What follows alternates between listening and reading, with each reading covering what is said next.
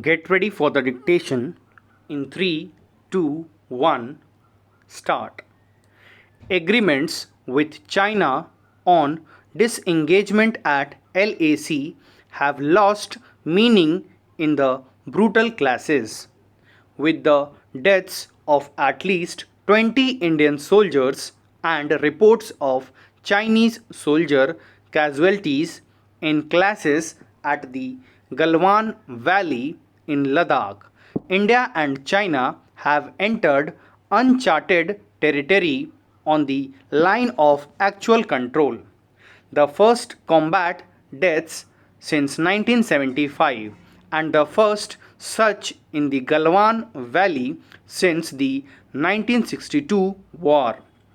The brutality of the clashes, with severe injuries and deaths incurred despite the fact that no shots were fired, is all also unheard of thus far. The deaths occurred when the two armies had agreed to disengage and de escalate the month long standoff, which makes the clashes particularly shocking.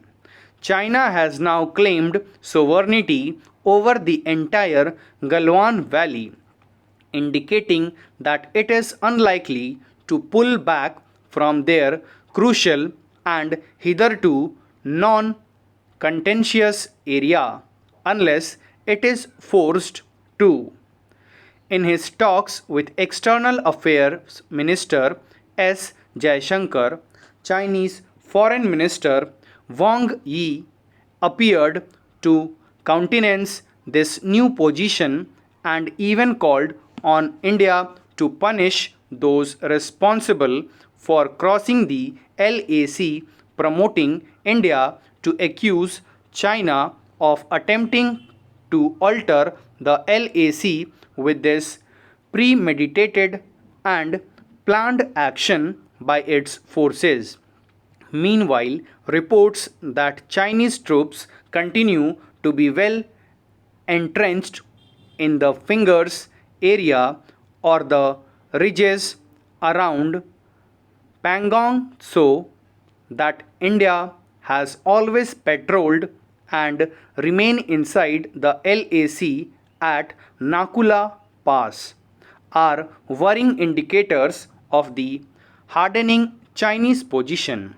While Prime Minister Modi's strong statement on Wednesday of a befitting reply and of the sacrifices of the soldiers that would not go in vain is a much needed expression of the national sentiment. Simply extracting revenge does not appear to be the answer to the altered situation across the LAC. In order to prepare its response appropriately, the first step the government must take is to appraise the nation of exactly what has occurred since late April along the LAC, including incidents in Ladakh and Sikkim. Monday's clashes have put an end to claims that Chinese troops have not entered Indian territory, that troops have disengaged, and that the situation was being de escalated. The government must conduct a full investigation of the Galwan clash and put out clearer details of the lives lost.